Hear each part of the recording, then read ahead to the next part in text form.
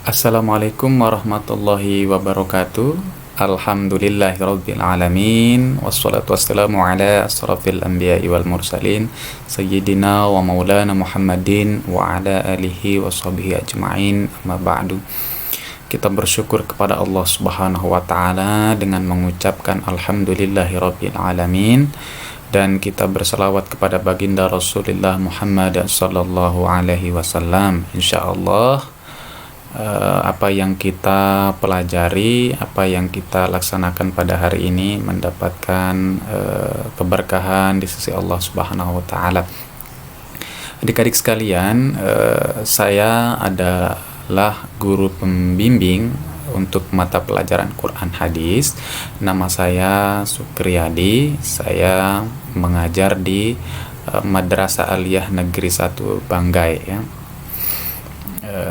Pada video ini kita akan belajar Quran Hadis untuk kelas 10, ya. Untuk kelas 10 ya, saya menggunakan buku Quran Hadis dari Kementerian Agama, ya. Diterbitkan tahun 2014, ya. Silahkan adik-adik sekalian mendownload atau membuka buku yang saya sudah bagikan melalui grup WhatsApp, ya. Ya, mohon diperhatikan bahwa video ini diwajibkan kepada seluruh siswa, ya, untuk memberikan absensi kehadiran di kolom komentar sebagai tanda ia sudah mendengarkan video ini. Dan pada akhir video nanti akan ada tugas kepada siswa. Oleh dan karena itu Bapak berharap agar adik-adik sekalian mendengarkan dengan seksama dan memperhatikan penjelasan saya agar mampu menjawab soal-soal yang akan saya berikan nanti, ya. Baik.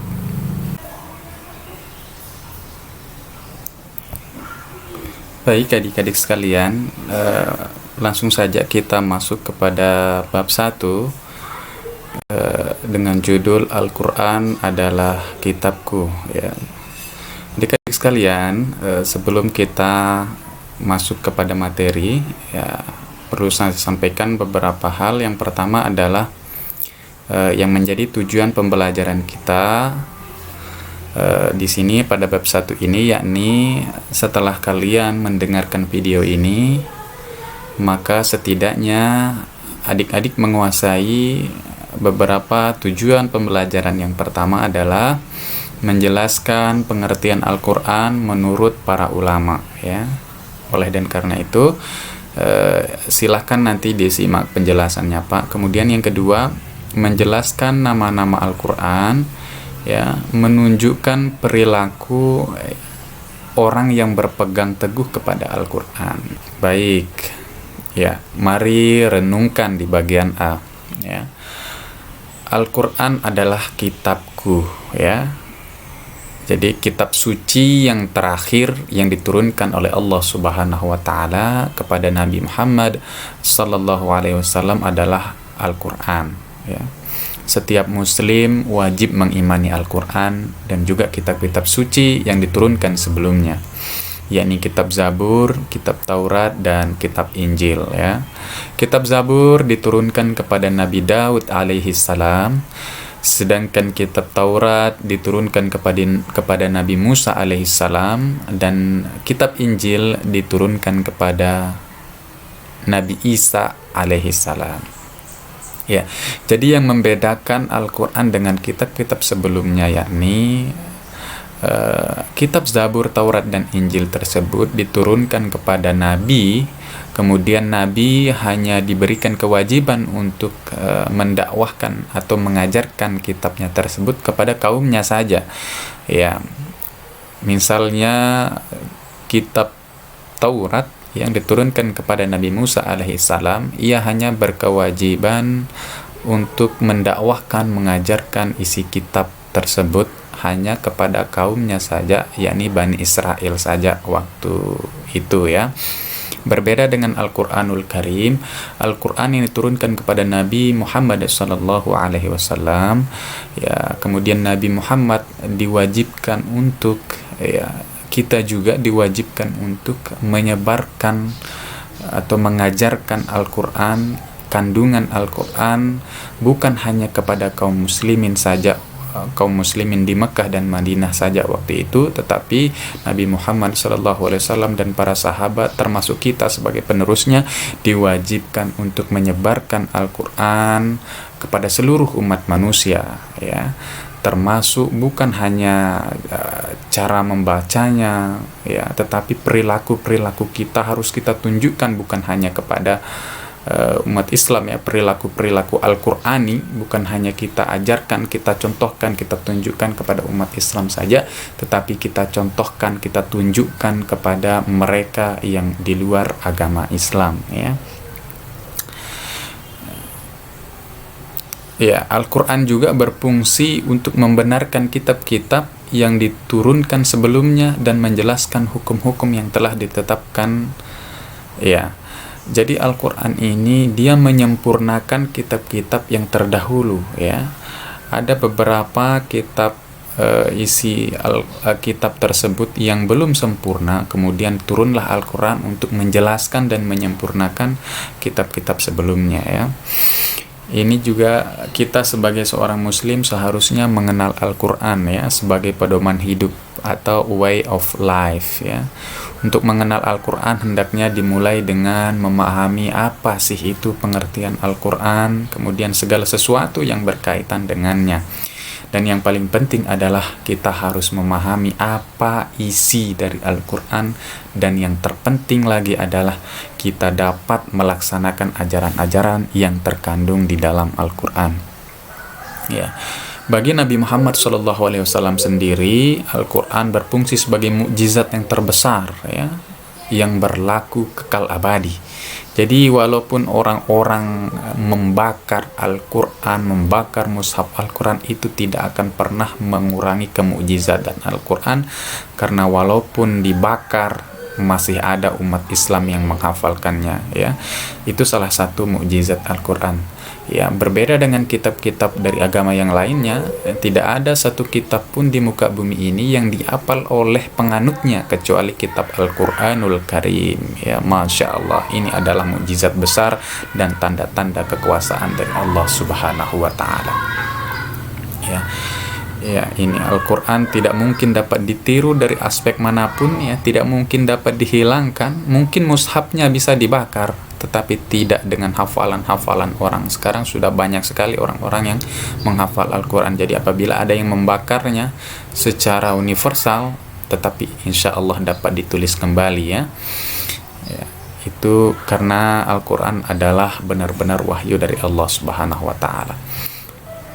Kita lanjut, ya. Mari mengamati, ya, amati gambar berikut ini, kemudian berikan tanggapan Anda. Ya, di sini kita melihat ada ustadz, ya, mengajarkan Al-Quran kepada para santrinya, ya.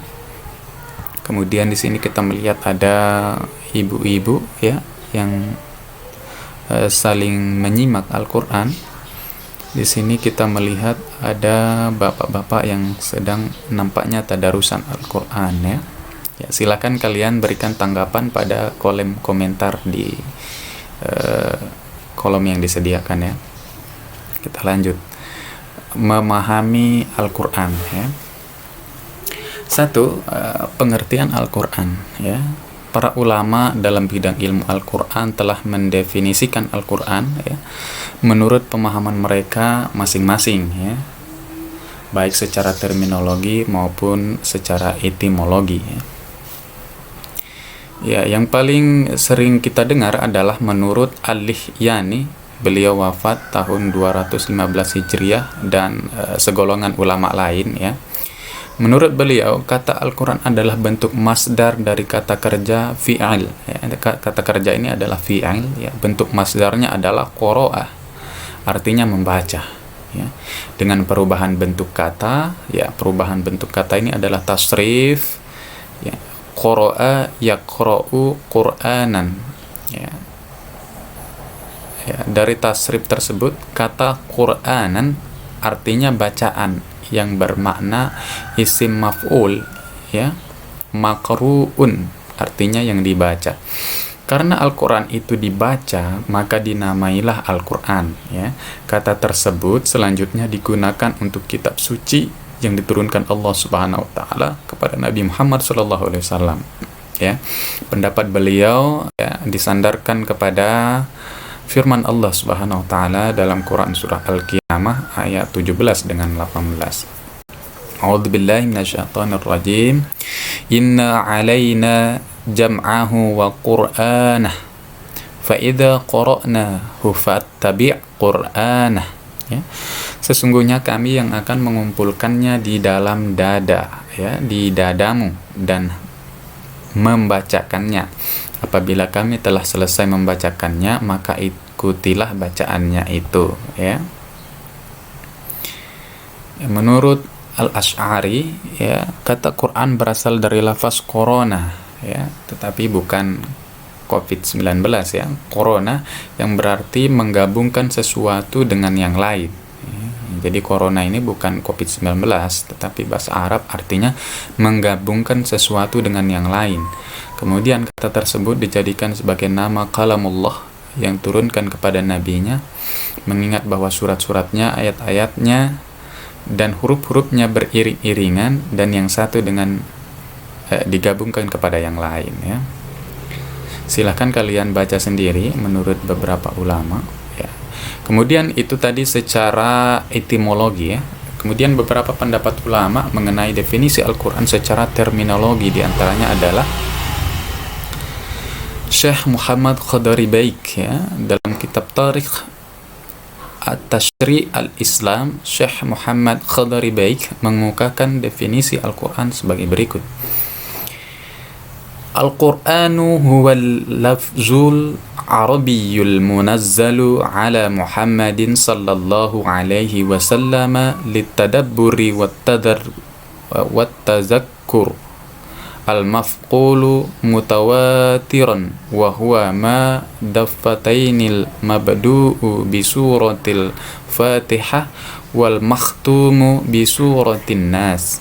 Al-Quran ialah lafaz atau firman Allah Subhanahu wa taala yang berbahasa Arab yang diturunkan kepada Nabi Muhammad sallallahu alaihi wasallam untuk dipahami isinya dan selalu diingat, yang disampaikan dengan cara mutawatir, yang ditulis dalam mushaf, yang dimulai dengan surah Al-Fatihah dan diakhiri dengan surah An-Nas. Ya. Jadi beliau menjelaskan bahwa untuk dipahami, diturunkan kepada Nabi Muhammad untuk dipahami isinya dan selalu diingat. Ya. Ya. Yang ditulis dalam mushaf. Jadi mushaf itu seperti ini namanya mushaf, ya. Ini namanya mushaf. Jadi kumpulan firman-firman Allah yang dibukukan namanya mushaf, ya. Dimulai dari surah An-Nas, Al-Fatihah, dan diakhiri dengan surah An-Nas, ya. Kemudian Subhi Salih mengungkapkan definisi Al-Quran sebagai berikut, ya.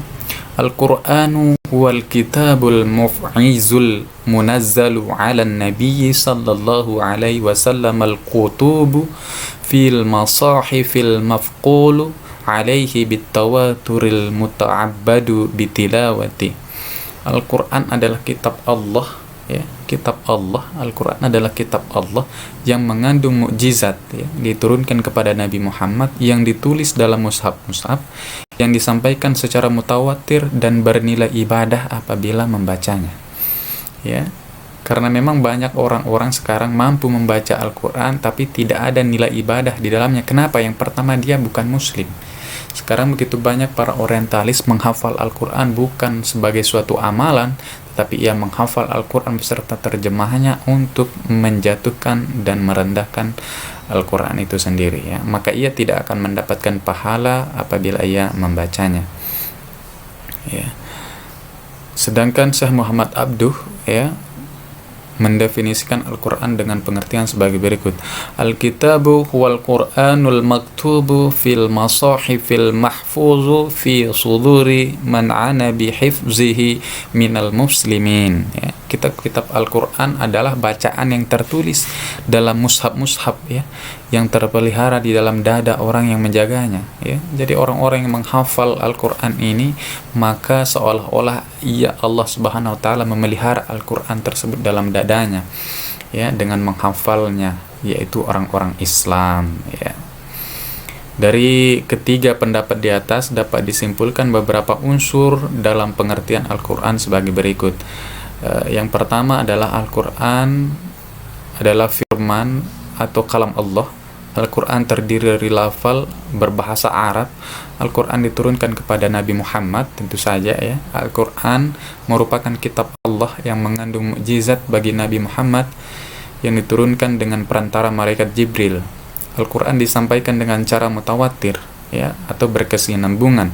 Al-Quran merupakan bacaan mulia dan membacanya merupakan ibadah ya. Makanya adik-adik sekalian, diwajibkan untuk membaca Al-Quran. Insya Allah di sana kalian akan mendapatkan pahala yang besar ya, merupakan suatu ibadah.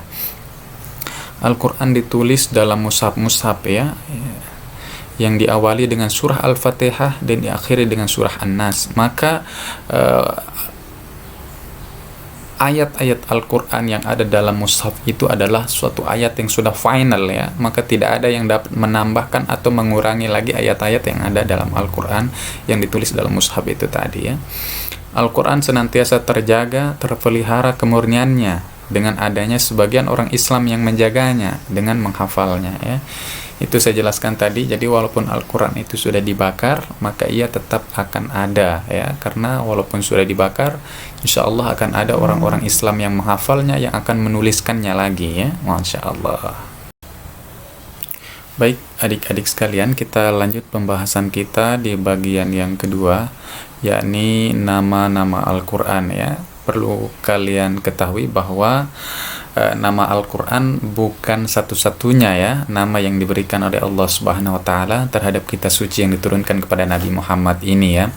Menurut Asy-Syuyuti dalam kitab Al-Itqan fi Ulum Al-Quran menyebutkan bahwa Al-Quran mempunyai 55 nama ya.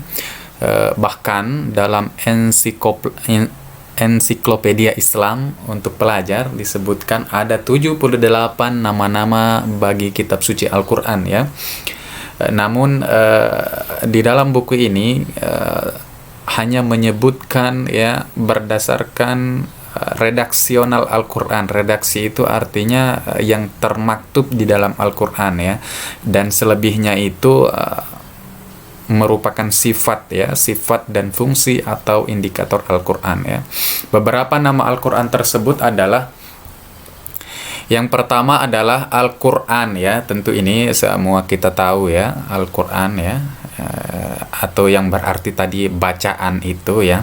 Pengertian ini diambil dari ayat Al-Quran dalam Quran surah Al-Baqarah ya, surah kedua ayat 185. Syahrul Ramadan alladzi unzila fihi Al-Quran ya. Jadi Al-Quran di sini, bulan Ramadan adalah bulan yang turunkan, yang di dalamnya diturunkan Al-Quran. Jadi Al-Quran sendiri yang menamai dirinya Al-Quran. Jadi kalau ada yang bertanya kenapa Al-Quran itu disebut Al-Quran, karena memang Al-Quran sendiri yang menamai dirinya dengan Al-Quran. Terdapat Quran di dalam Quran surah Al-Baqarah ayat 185 ya.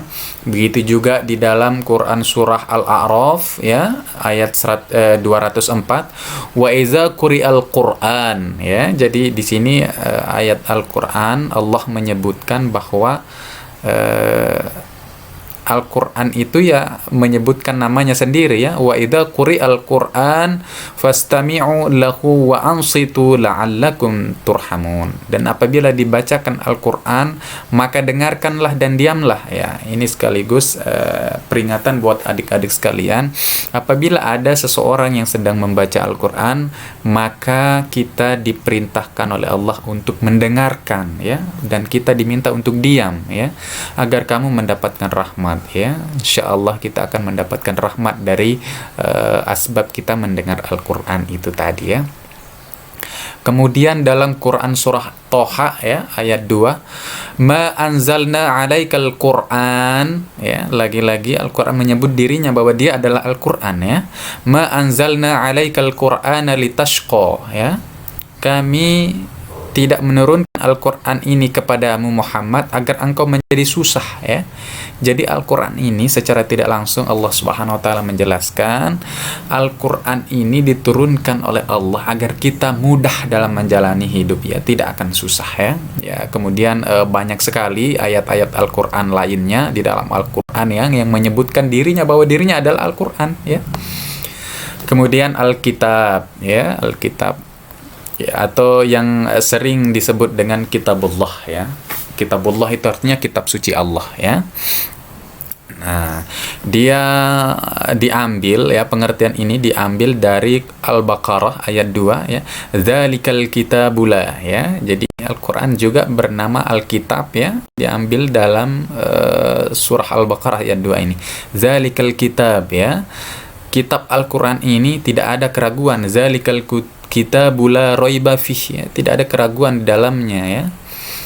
Jadi apabila ada orang-orang yang ragu terhadap Al-Qur'an ya, maka hendaknya ia membaca Al-Baqarah ayat 2 ini sebagai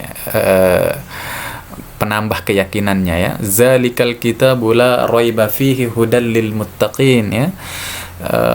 Kitab Al-Qur'an ini tidak ada keraguan padanya, petunjuk bagi mereka yang bertakwa ya. Kemudian dalam Ali Imran ayat 3 ya, lagi-lagi Allah Subhanahu wa taala menyebut ada kitab ya, bahwa Al-Qur'an itu juga bernama kitab ya. Nazzala 'alaikal kitab ya, nazzala 'alaikal kitab bil haqqi musaddiqan lima baina yadayhi wa anzala at-taurat wa injil ya.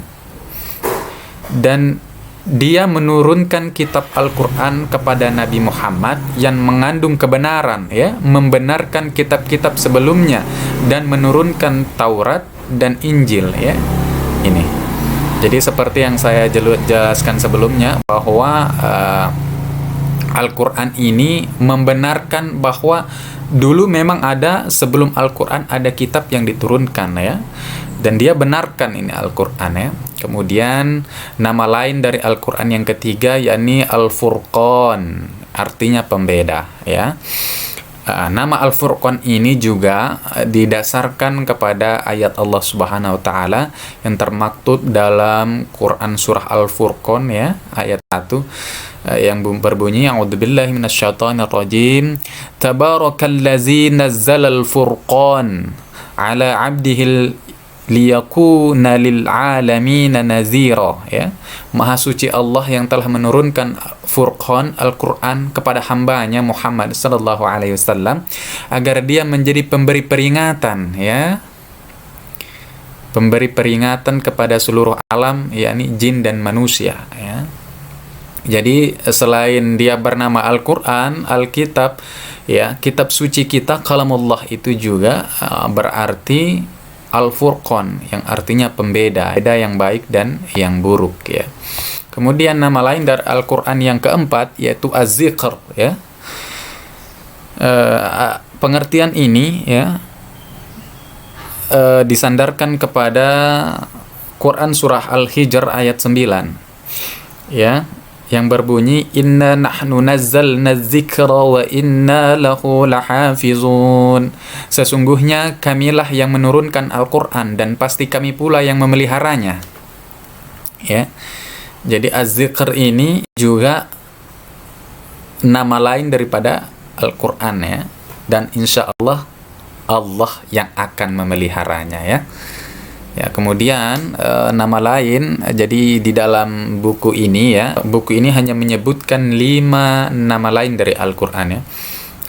Dan yang terakhir, yang kelima adalah At-Tanzil, artinya yang diturunkan ya. Maksudnya Al-Qur'an diturunkan oleh Allah Subhanahu wa taala kepada Nabi Muhammad sallallahu alaihi wasallam melalui perantara malaikat Jibril ya.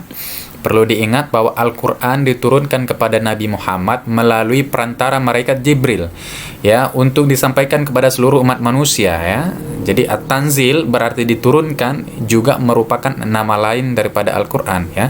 Nama ini disandarkan kepada ayat Al-Qur'an ya, surah Asy-Syu'ara ya.